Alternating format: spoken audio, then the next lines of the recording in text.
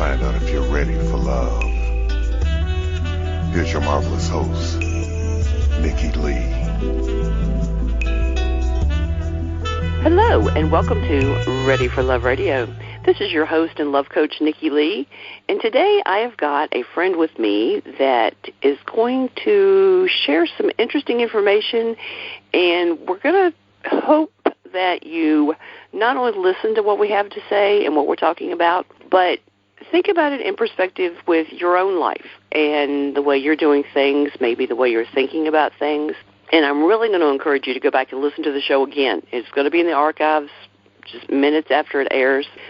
So go back and listen again, and keep in mind that the information we're sharing is things that both of us have used in our lives and with clients and have seen the difference these things can make. So we're hoping to share information with you today that's going to help you to look at things in a different way and feel better about yourself.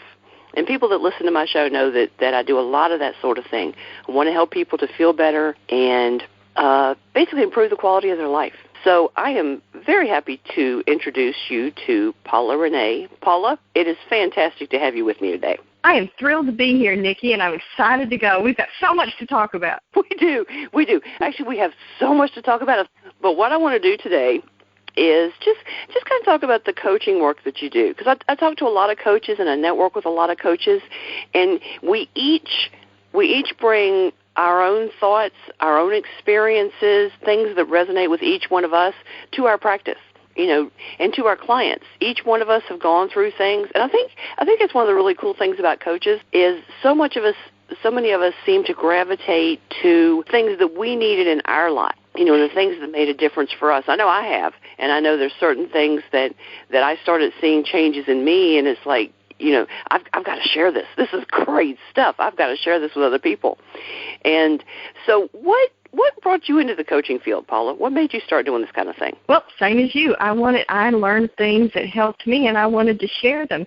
But, it's a bit an evolving process. So I took pieces over the years of this. I'd get one little piece, and I'd share that.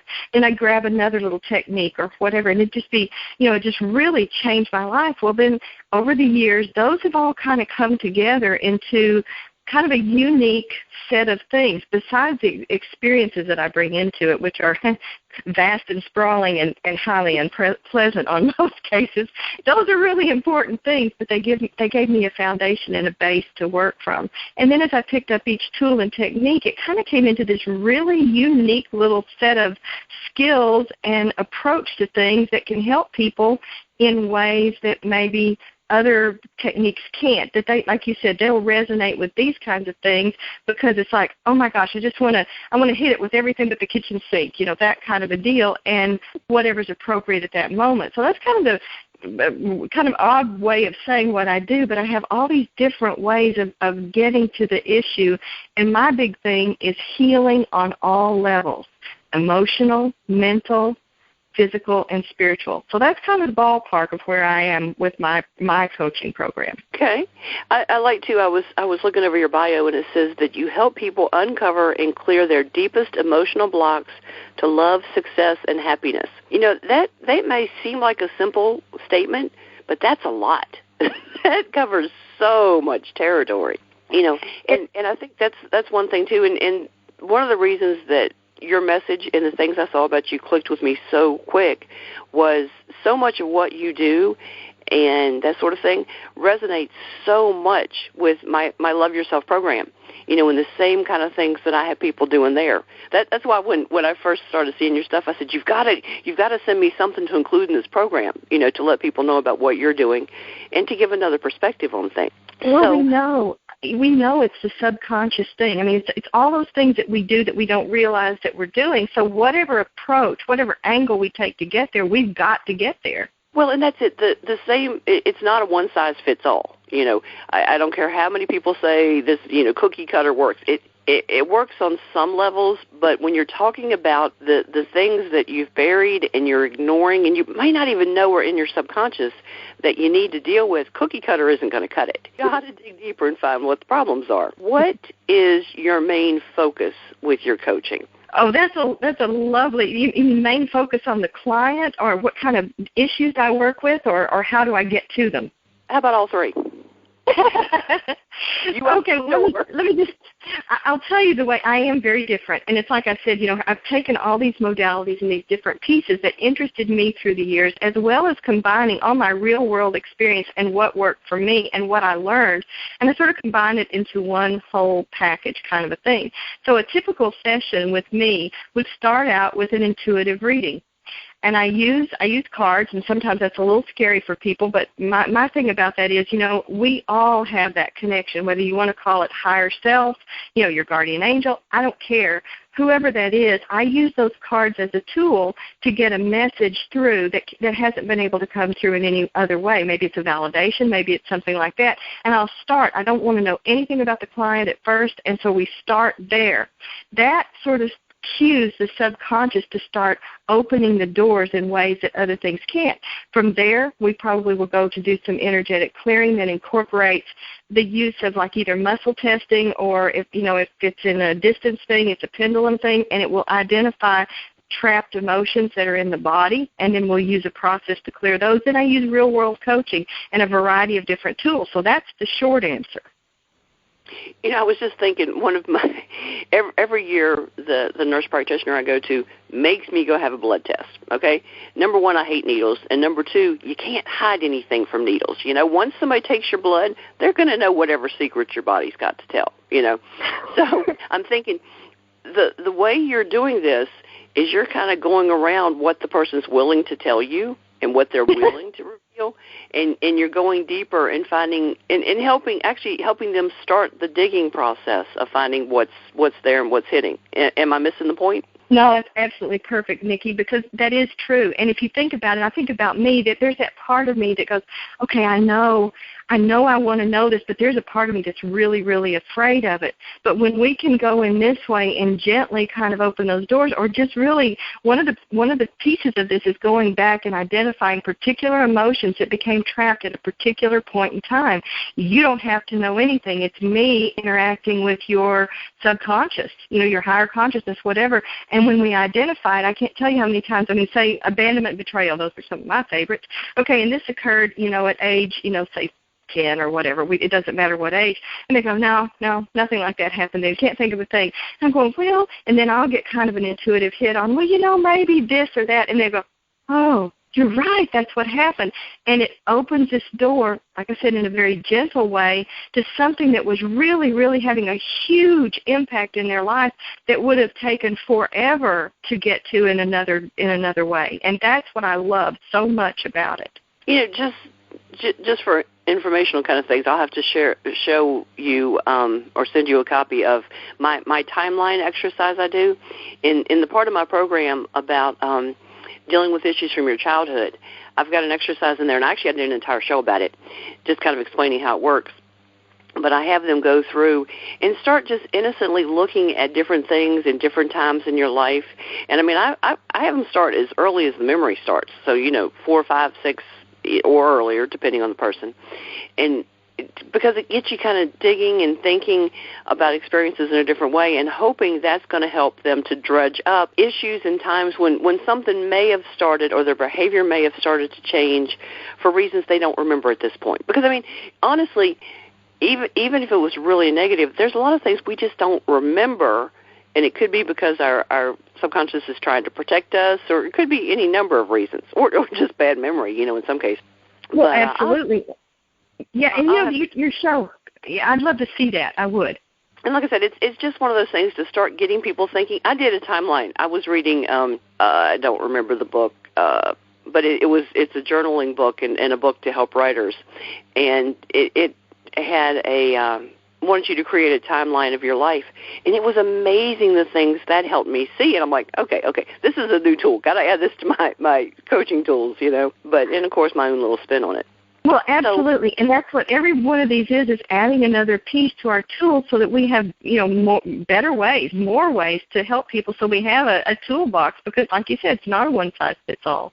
Oh, yeah. I have a wonderful coaching toolbox of different things. And I tell people, I said, one of the things as a coach is I'm not going to make the change. You're going to make the change, but I'm going to give you the guidance and the tools that you need to make the changes in your own life. Because I want the person, when they see the changes, when they start to feel better and they start to feel happier, they need to feel the satisfaction of knowing they made the change. It's very empowering to know that you can make a change, and especially a positive change in your life, and feel better. So what sorts of clients do you normally work with? Is there a certain sort of person or experience that is just tailor-made for what you do? I have clients that are, male to female, and probably my youngest client actually at this point is male, and he's early 30s, oldest 80, and that's my special. So, what's your niche? Yeah, really, I don't have one. But the majority, the majority of, if I have to pick a group, are women. And when I talk to these women, I had a new client yesterday, and yesterday morning, I'm always blown away how incredibly fabulous they sound. I mean, they just are, you can tell they're highly intelligent. They've got it together. They've got it going on. And you go, well, why would you be calling me? What is going on here?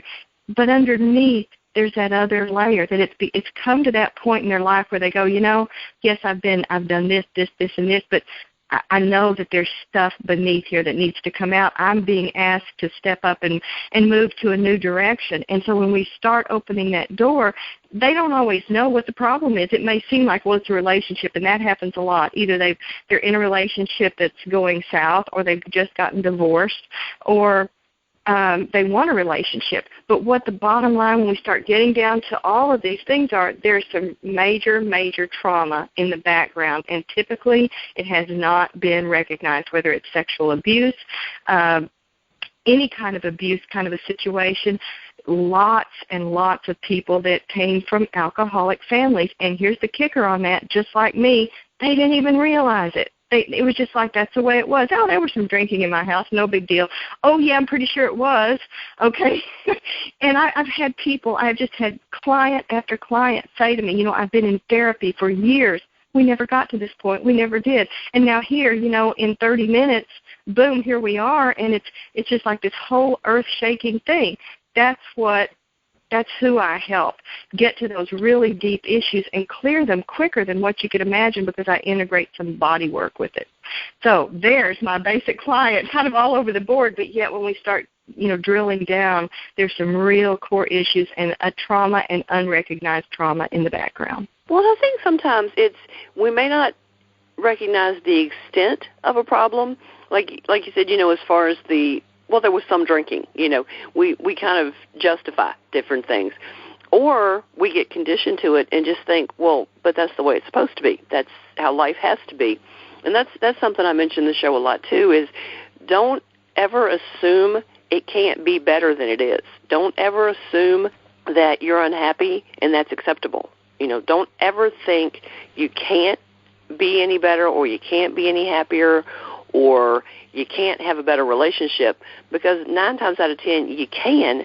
You're going to have to put the work into it, and you may have to make some changes, but most times it can be better. You just got to figure out what's holding you back and what the problem is. And pain helps us do that. And so when I talk to people, and I can tell, they're in intense pain, and we've lightened it, but sometimes at the end of the session I'll say to them, I said, I know that you're in so much pain now, but I want you to know how incredibly thrilled I am for you, because this is what brought you to this point. This is what got us here, so we can move forward. And if you don't ever get to that point, you never get to the joy. You never get to the other side. If you just keep avoiding that pain, the universe, circumstances, life is going to keep pushing you, keep throwing things at you, going, here, come on, here's your another chance to do this. Oh, come on, do you want to really hit your head against the wall one more time?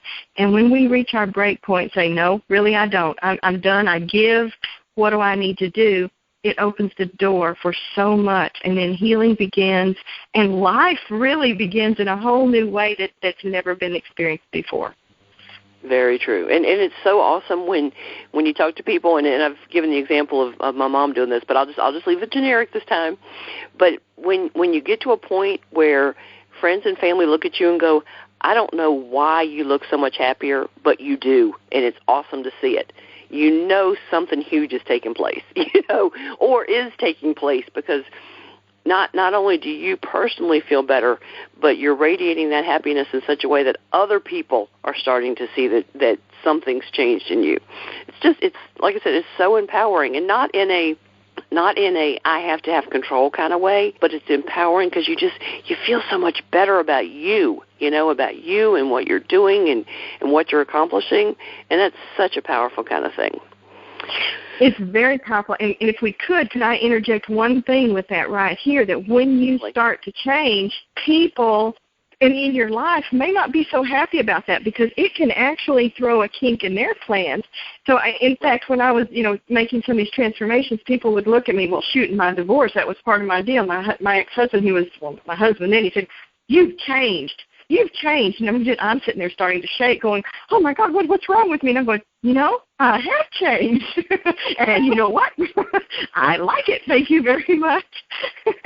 So people will not respond to that, because if you've been, really buying into the negativity and buying into the stories of the people around you, family, friends, whatever, and all of a sudden, you wake up and you start changing, that's going to throw them off, because they'll feel it, they'll see it, and they may recognize that new shining star in you, but that may not be comfortable for them.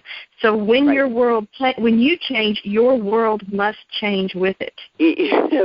Speaking of that, and I have an aunt, I love her to death, I really, really do, but she will say what's on her mind, and she never censors what she has to say, to say the least. But I mean, I tell her, I said, well, you rubbed off on me, because I tend to do that. I mean, I'm going to tell you if something comes to mind. I try to be tactful, but that doesn't always work for me. But I was over at her house, and I used to play cards with her all the time. We used to play cards 2-3 times a week. I don't know where I found the time, but we did. And I hadn't played in ages, because I was, tied up with business and writing and all this kind of stuff. But I went over one day, and it was her and me and a friend of hers that was there. And everything her friend said was negative. She was complaining about work. She was unhappy. She didn't feel good. Her daughter was doing this wrong. And it's like we were talking about earlier, you just feel like you're getting beaten down by this kind of thing. And I finally couldn't take it. I could not listen to another word of it. And I looked at her and I said, do you ever say anything positive and it's not just complaining about something? And they both looked at me like I'd lost my mind. And I wasn't invited back. I don't know why. Well, because you were upsetting their apple cart. That was normal. That's their thing. You got to complain. And I was like, no. I am not going to sit here and spend my afternoon getting beat half the time and just being beaten down with all this negativity. But, it was funny because, like I said, she knows you never come over. And so I came over and I opened my mouth and I was not invited back. And, that's okay. It's okay, because what did we really have there in the first place? And this is the hard one that's really tough for me, because we really do care about these people, and it's not that we stop caring, but that situation's not helping anyone. I can't support someone in their negativity and being miserable, because a lot of times what people do, and this is actually stuff from my book, Living the Life You Love, it really is, we become enablers. When we continue to listen to the same stories, all we're doing is really giving that person an opportunity to vent and let off enough steam so that they can continue to tolerate what they know they need to change. Right. Well, and the thing is, if they learn to tolerate it and we're enabling them, they're not going to make a change for the most part. They're not going to see a need to make the change. If everything around them is encompassing that negativity and encouraging the negativity, why change? Because, in change, and I've said this many, many times on the show too, change is not easy initially, and it does take work and commitment to do it, and there's going to be some pain involved. But when you look at the long term, and, even if it takes you 3, 4, 6 months to make a change, start to see a change, start to see your attitude changing and feeling better and this kind of thing, it's so worth it in the long run, because you're going to be happier. Things are going to be better. But some people just, it's that initial hurdle, and they just don't want to get over that hurdle.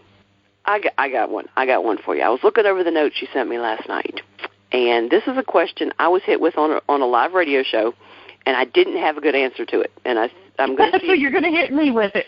Okay. It's about, it's only fair, right? But and it dawned on me that I've never put this question to somebody else, and so I still don't have an answer to it. So we're going to see if you have an answer for this. I was on a show, and we were talking about Tantra, okay? And we were talking about that and how it helps partners to connect on a much deeper, higher, and I know that sounds contradictory, and a spiritual plane, okay? And I was talking to a friend of mine about this and telling him and his wife should try this too. And this woman comes back, and talk about negativity, but she came back, and she's like, well, I don't believe in God. I'm an atheist, and I don't want to do anything spiritual, so obviously that's not for me.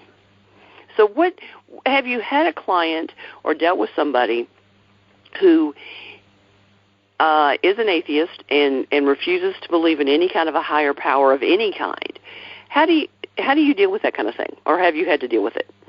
Well, actually, I do have an answer for that, because you can't. I go on the energetic level, because when you talk about that sexual energy, it really is energy. Okay, so what you're doing, the mental process, for me it's spiritual, but for other people, they can't deny that energy is all around us. We do not exist without energy. We are electrical beings, and that feeling goes from one to another.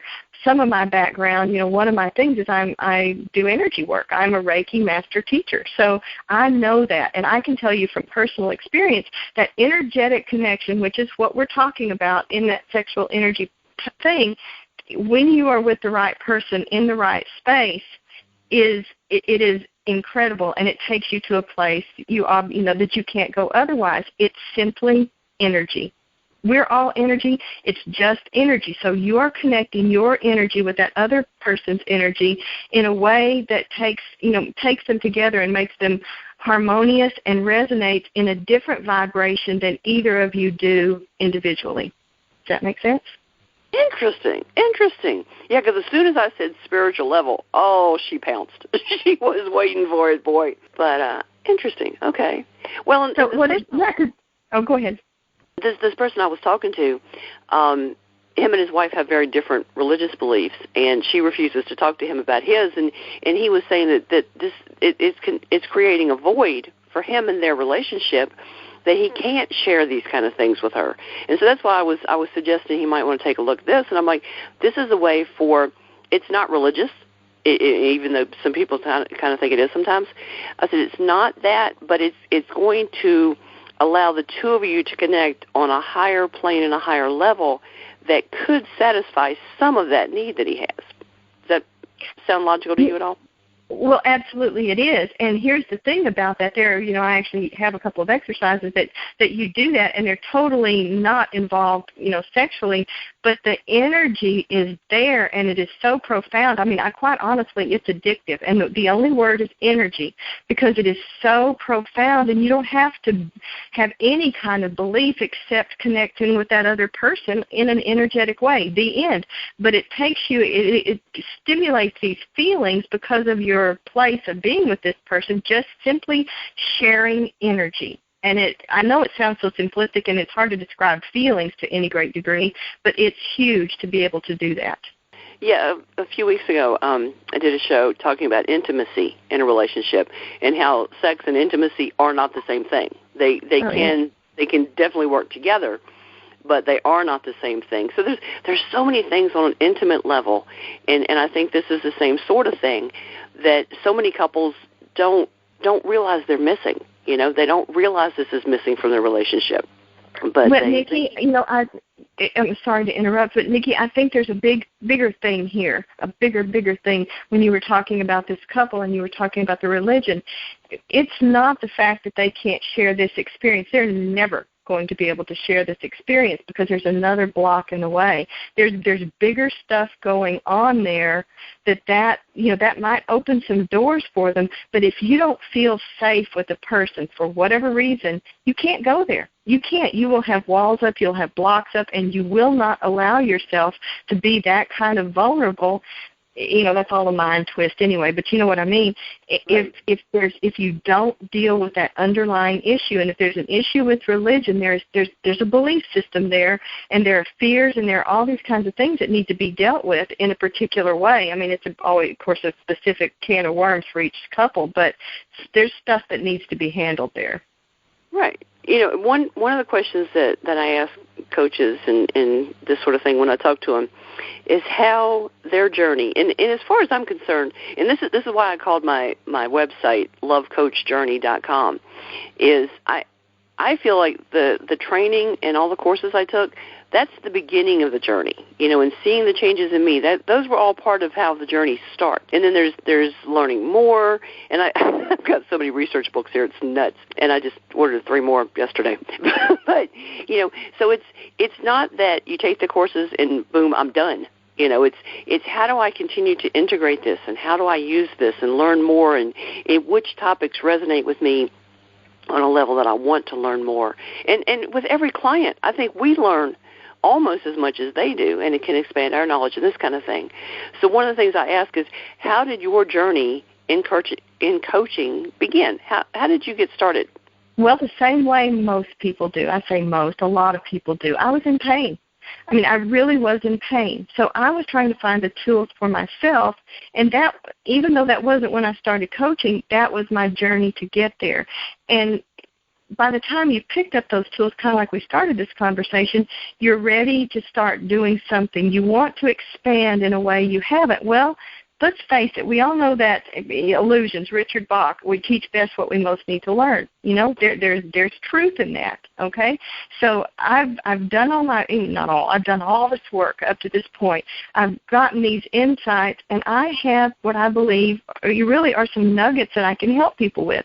So the next step for me was I had this passion to help. So, go do the coach training, and then one thing leads to another. And of course, I've already done other training up to this point. I just expanded in the coaching area. So what I was really doing was, even way back when I was doing energy work, I was still doing bits and pieces of it. But with every step I've learned along the way, that's expanded things. And one thing leads to another, and they sort of snowball on each other and become this very expansive, like we've talked about, toolbox where we can help people in ways that we never could have before, nor were available to us back when. These things, the tools that we have available today, they weren't around 20 years ago.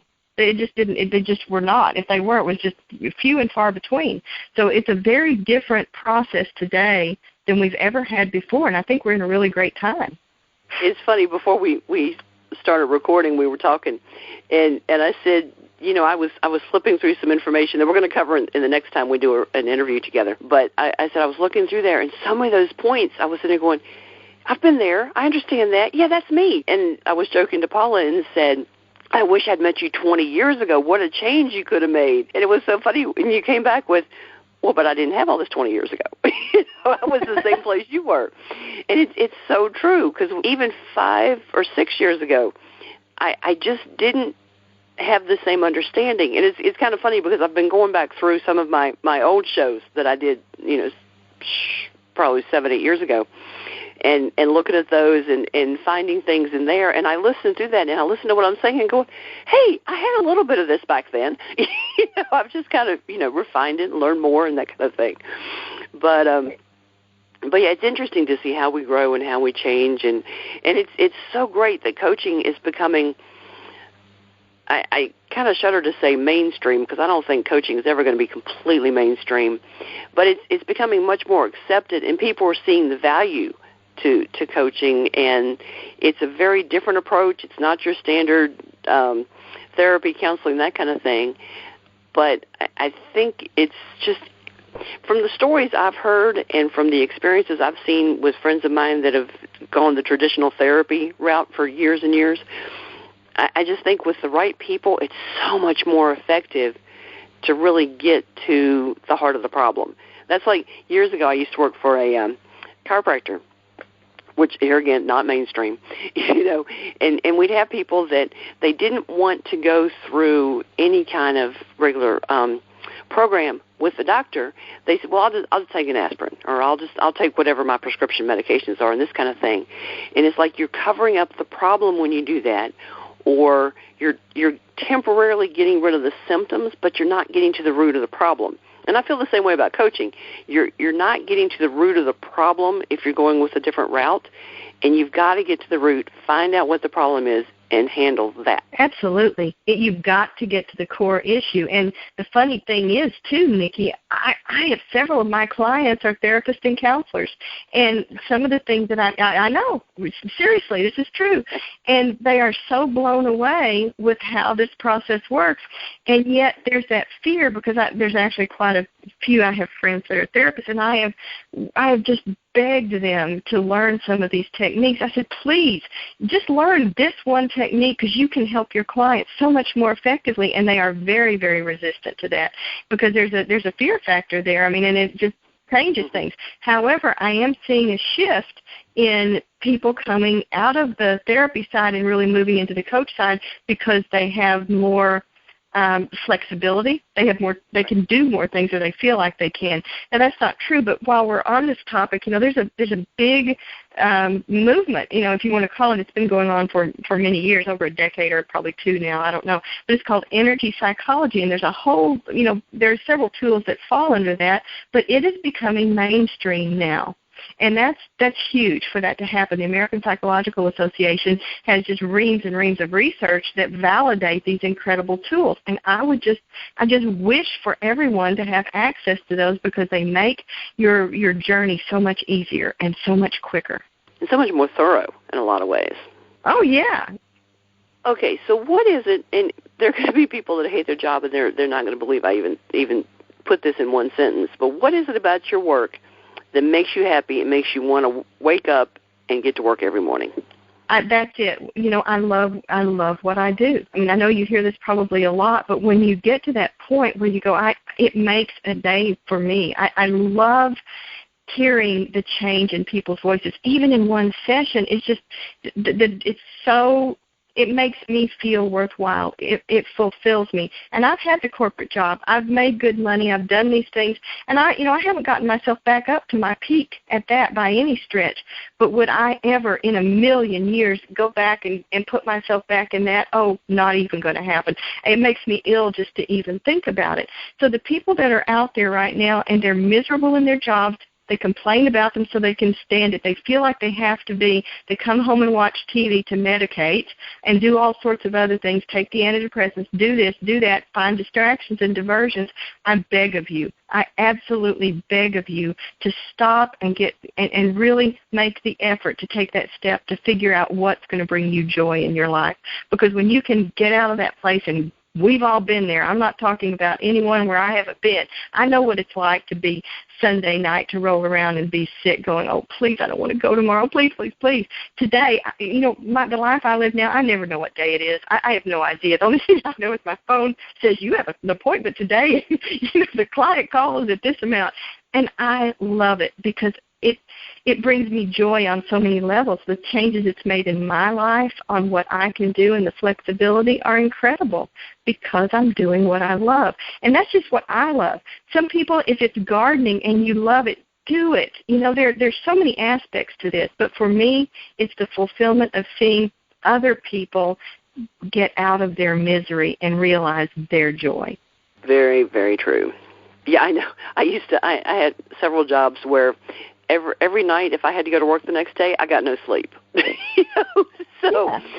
So I knew that Friday night and Saturday night I was going to sleep and I was going to catch up, and then Sunday night, Monday night, Tuesday night, Wednesday night, Thursday night, I wasn't going to get any sleep. I did a good job. There were redeeming things about what I was doing, but I was so not happy, Yeah, we do different things at different times. I mean, we need that. And that when I was in that place, because of where I'd been through the divorce and through all this whole earth-shaking stuff that just really rocked my world, I needed to do what I did. But then there came that point, and we're back to the pain point. When you're miserable, that is your cue to do something. So if you don't, what's going to happen, either if it can't get you through just being miserable on the weekends and realizing that your life is just, pushing yourself to survive through the week so you can have a few hours on the weekend to recover, that's pain. And what happens is if you don't listen, your next step is it's going to show up in your body, and it's going to be with a health issue. So if you don't do it, it's just the pain is just going to increase until you've got to face it in one way or another. Very true. Well, and so many people don't understand that a lot of times health issues are telling you there's something else wrong. You know, there's your body, and I tell this to some friends of mine who don't listen to the signals their body's throwing out. Your body's going to give you signals that there's a problem, and it could be all physical, it could be emotional, it could be all kinds of different things. But you got to. Yeah, can I tell a story about that? Got a good story on this. Oh, yeah, please. Okay. Because I love to tell stories on myself. Okay, at age 32, I was convinced that I was in menopause. I had all the symptoms. Oh, yes, I did. I did. I mean, you know, I just couldn't sleep at night. You know, I was sick at my stomach, and sex. Oh, please. You know, moody. Oh, my gosh. I had hot flashes. Oh, I was just flashing like you can't believe all the time. And so I had all these symptoms. So I had it all figured out.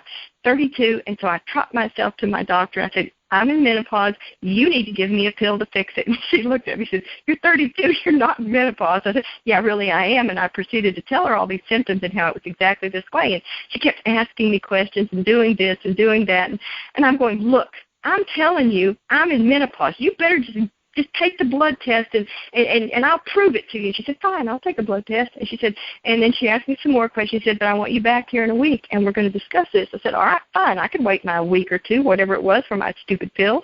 Just take care of it. So we did the blood test and I went back in there in that 2 weeks. And so she's looking at my chart. She goes, well, all your blood work's normal.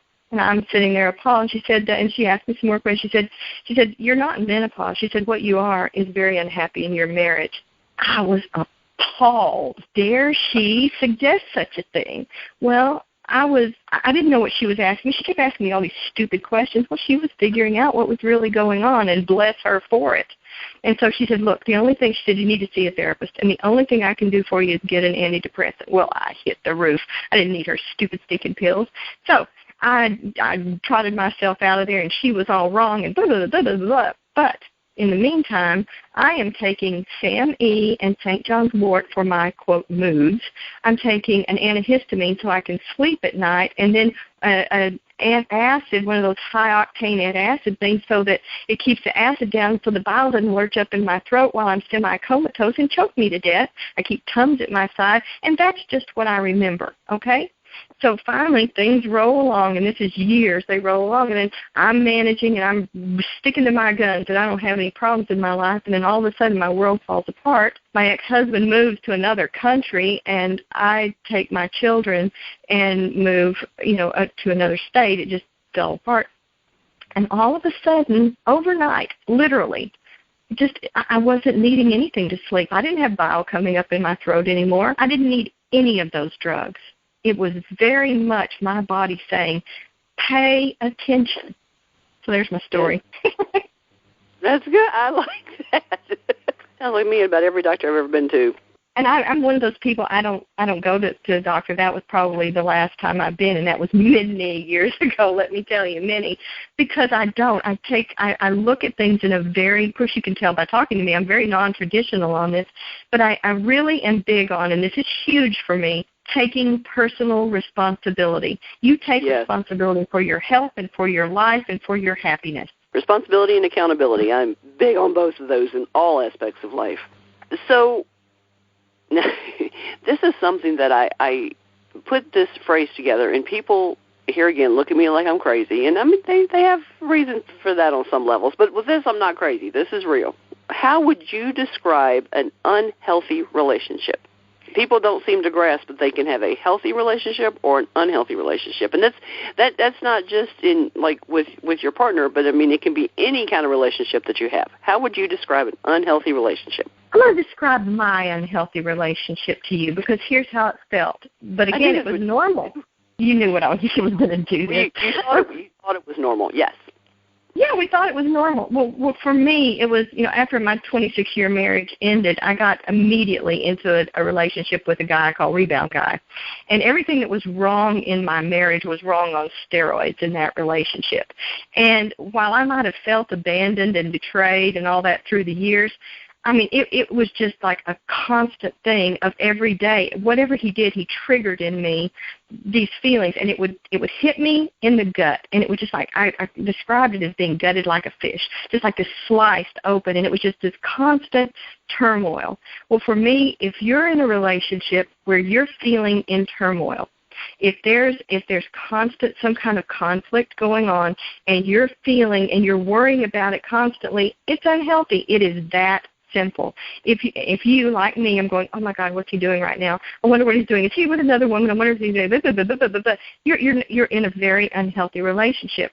To back that up, we learn these patterns. So, and I'm glad you brought this up, because this is important to share, because we learn these patterns. What does love mean? Well, for me, abandonment. I've got to have that energy, which I didn't understand, but it kept me on that edge. Well, I had attached this really negative feeling, a cocktail of negative feelings, to love. And so I had that in my love connection there. So here was my thought. If only I could get him to do X, Y, Z. If he'd just bring me flowers, I know he loves me. If only he would do this, I'd know he loves me. And what I was really saying was, if he would do that, it would somehow fill a hole in me, and somehow it would validate me that I was worthwhile and worthy, because I did not hold that opinion of myself. Right. Well, and there's so many things, and, put up little memes on Facebook and whatnot, and the other person should compliment you, not complete you. You need to complete yourself, and I mean, it may sound like a little cliche kind of something, but so many people have this void, and instead of finding out why there's a void and fixing the problem, they expect another person to fix it, and another person isn't going to be able to fix it, No, and we get to a point, too, Nikki, where we go, well, we want this kind of relationship. We want to have a relationship with this kind of person. That's one stage in our development. And that's all well and good, but, why is an enlightened master going to want to be in a relationship with you? You better take a look in the mirror and let's start fixing that issue first. And that is the thing that I think people hate hearing the most. They just hate it. I got to fix me first, really? I got to fix me? No, I just want you to tell me how to find my soulmate. I don't want to do any work. Just tell me. Do I hop on one foot for 3 minutes and then twirl around? Will that get me my soulmate? I can do that. But don't make me look in the mirror. It's so true. Oh my goodness. Okay. And one of the things, and like I said, this hit me doing an interview on somebody else's show, and I'm sure it was one of those like marathon Valentine's Day weeks when I did a whole lot of interviews, but. Honestly, it's the height of hypocrisy if we go into a relationship with somebody and expect them to give us unconditional, complete love and acceptance, and we don't love and accept our own selves. How can you ask another person to feel more for you than you feel for your own self? So, I mean, and people, here again, look at me like I'm crazy, but, you've got to love you, and I think that's the first stone in the foundation of any kind of a relationship, whether it's an intimate, loving relationship or family or whatever. You got to feel good about you, and if there's reasons you don't, you need to fix them. You need to find out what the problem is, and you need to fix that. Another thing that came to mind when you were telling your story was that one of the things I like to do with clients is look at, like, if they're having a really hard time finding a loving, lasting relationship, okay, is look at the patterns in their past relationships. What have they done in each of these relationships, or even most of the relationships? And there's a lot of similarities. If you really start digging down and you're really being honest about it, there's a lot of things that we do every single time. Maybe it's the type of person we're looking for. Maybe it's our expectations of what that person, like you said, there's certain things that you just think this person has to do to show that they love you. There's these kind of things, and it's like the old, if you do the same thing over and over again and expect a different response, that's insanity. It's just not going to happen. You've got to do something different or figure out what you're doing wrong in order to get a different reaction or different response.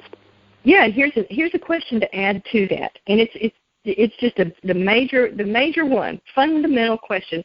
Why do you want a relationship? Why? What is it going to bring into your world that you don't have right now? What's it going to bring?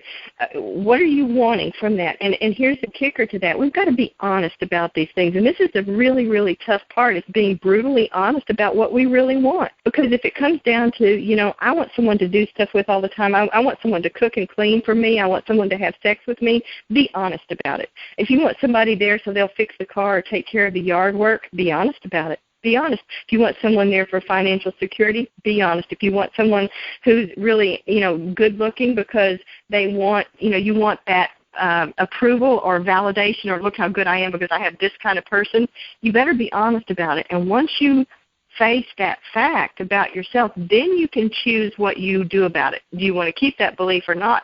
But until you make the effort to go, okay, this is what I'm really wanting in a relationship, you don't know. And you are simply operating on automatic, and it's not going to get you what you want. The thing is, there are other people out there that may be okay with what you want, but if you're not honest with them, you're never going to know.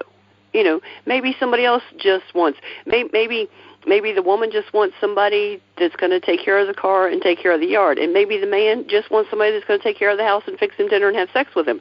Okay, if that actually complements each other, So and that's fine, but be honest. Yeah, honesty. And so many of us aren't. And what happens when we're not is we'll say this, and so we put on this superficial, this is, this is really how I am. But underneath, and we're going to go back to energy now, because it's that subtle vibe that's going out. And so even though you don't say it, people pick up on that vibe.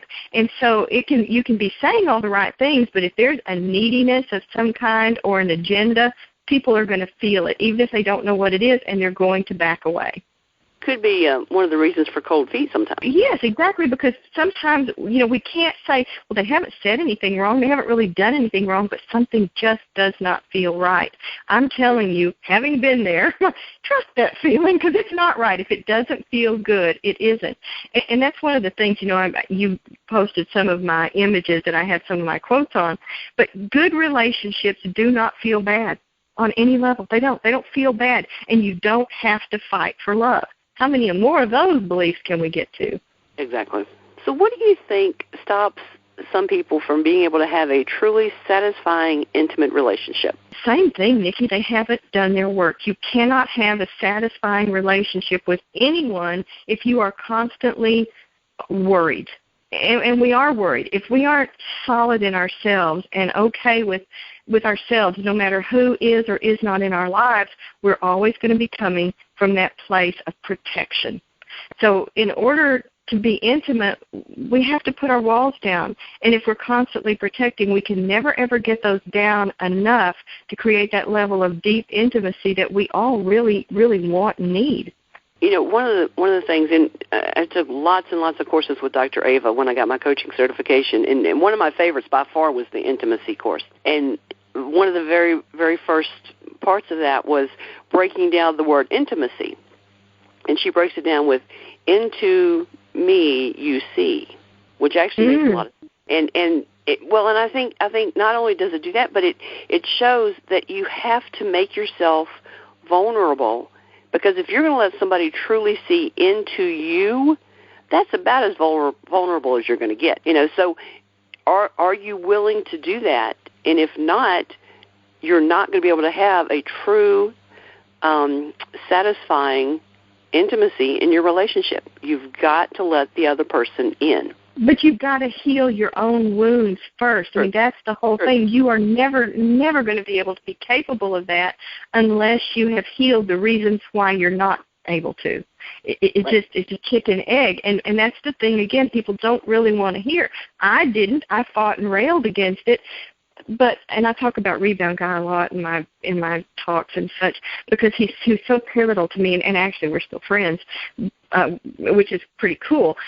And can talk about this stuff in a way now that's very healing. But when we were in a relationship, we could not happen, because anytime he would try to be vulnerable and open with me, which was very, very difficult for him, I got triggered myself and all my fears came up, and then I turned it and made it about me.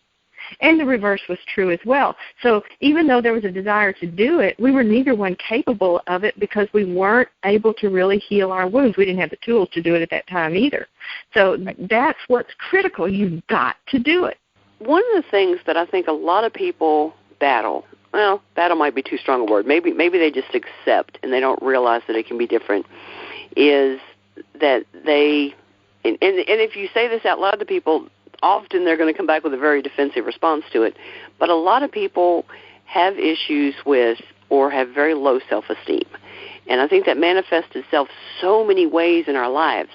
And a lot of times by what we put up with, the choices we make, what we think we deserve or don't deserve, that kind of thing. Why do you think so many people have a hard time developing, and I'm not talking an overinflated, I am all that and a bag of chips kind of attitude, but having a healthy self-esteem? What do you think holds people back from being able to do that? I hate to go to the trite thing, the cliched thing, but it is childhood programming because it's true. I mean, we've heard it so much that we've kind of gotten desensitized to it, so we just ignore it. Oh, it's just that childhood crap. Well, that happened a long time ago. We should be over that. Just let it go. You say that all you want. You say it till the cows come home, but underneath, that is what's driving the boat. So if as a child, you didn't get those skills or that feedback to build self-esteem, you don't have it. And so you're constantly looking to someone else to give it to you, to give you that validation, to give you that approval. And until you can do it for yourself, you can never have a healthy relationship. And you said, it's not about being arrogant. In fact, arrogance is really, arrogance and bullies are really just a cover for really insecure people with very low self-esteem. That's right. All it is. It's just their coping mechanism. So all of us, from when we were children, whatever the case, whatever the experiences that we had, we got beaten down. Very few of us, let's be honest, very few of us grew up in that, oh, you are so wonderful. Oh, that is so fabulous. You can have the world. You can do anything. Most of us grew up in families that were really struggling with their own self-esteem. They couldn't teach us what they didn't know. And we don't know that it should be any different, particularly if we're still interacting with that family unit, because that, again, is normal. Hey, this just popped into my head when you said that.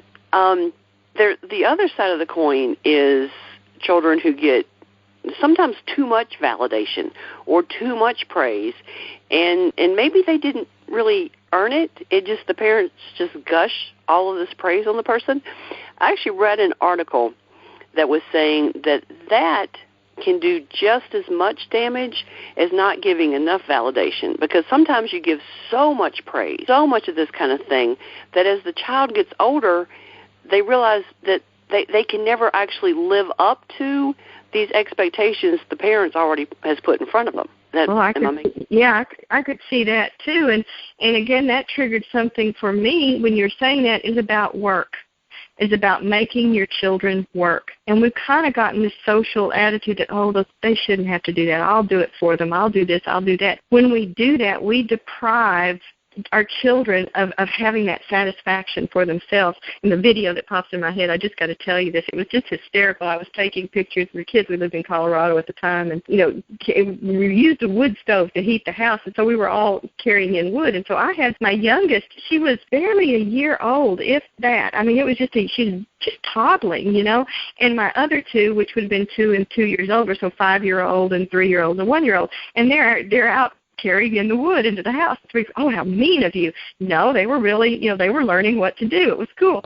But my oldest daughter turned around and she handed this pine log to this toddler, this 1-year-old toddler, and she just wraps her hands around it and starts toddling into the house. And she was so proud of herself because she got to do what the big kids were doing. And she got to get that internal validation, even at a year old, of doing what other people did. We've got to do that. And if we didn't get it when we were children, we've got to give it to ourselves now. Yeah, that's funny because, I talk to people who don't grasp the satisfaction, I guess is the right word, of starting a project and seeing it all the way through and seeing it completed. I love doing that. Thank goodness I love doing that. Otherwise, I could never write a book, because you start with this big blank document and it's like, and then going from absolutely nothing on the page to a finished product and holding the book in your hand or seeing it for sale on Amazon or whatever. But it's shocked me when I meet, because I just assumed that everybody understood that principle. You know, you take like these materials and you put them together and you create a product, and this is an awesome kind of thing. Not everybody understands or, I guess, appreciate the feeling of accomplishment of having done something. And like you said, that can come from having other people do everything for you. It was the example of somebody just letting everybody else do things for them, and it gave the example of them in the gym, and they're working out in the gym, and, you know, you're getting hot and sweaty in the gym, and they're on the treadmill, and they glance over to the side, and they see it, but it needs to be plugged in, it needs to be moved because it's not blowing on them, you know. And the thing is, they're so set in this mindset of somebody else has to do it for me that since nobody else moved the fan, they continue to be hot and sweaty and uncomfortable. They were giving up the entire power of being able to feel better because they wouldn't just walk 5 steps and plug it in and move it. So, and it can be that way in our lives. Whether it's a little effort or a lot of effort, do we put the effort into doing something that's going to help us make things better for ourselves? It's up to us. It just is. And we want that shortcut. And there are shortcuts, but there is no shortcut for personal responsibility in doing it. You have to figure out what you want and then figure out what you're willing to do to get it. How bad do you want it, and what are you willing to do for it? I'll do that. Yeah, I know. Do we have time to go over your litmus test questions? Yeah, I would love to. I'll share it, and we can do it again if you want to, but let's throw it out there since we really talked about self-esteem, because when I was going through all this, and my self-esteem was so low, I'm not even sure it was on the meter, I had to do something that would get me to where I could get out of this pit that I was in. So I came up with these 2 questions. And the first are litmus test questions on choices and decisions. So the first one is, would a person with high self-esteem and self-respect do what I'm doing? And then I think what I'm thinking or tolerate what I'm tolerating. And then I made myself explain why or why not. Big, huge. Would they do what I'm doing? Think what I'm thinking, tolerate what I'm tolerating. That's question 1, and why or why not. The second one is, does this get me closer to what I really want? And again, why or why not? Now, the second one is a trick question, because you have to be really clear on what you want. In a relationship, for me at the time, I had to be really clear. If I said over here that what I want is this mutually fulfilling relationship that's passionate and we do things together and it's just mutually respectful and it's all of these things that I develop, that's one thing. But if I say over here, yeah, but I just want a relationship with this one particular person, that's a very different path. And they are very different things, and if they are not congruent, you're going to constantly be in conflict. So it is critical that you know what you want, and if it's really going to get you, what you're doing is going to get you moving toward it. And is it something that someone who did really respect themselves, would they be doing what you're doing? Awesome. I like those very much. Simple. They sound simple on the surface, but great questions. Paula, it's been awesome to have you with me today, and we will see you next time on Ready for Love Radio.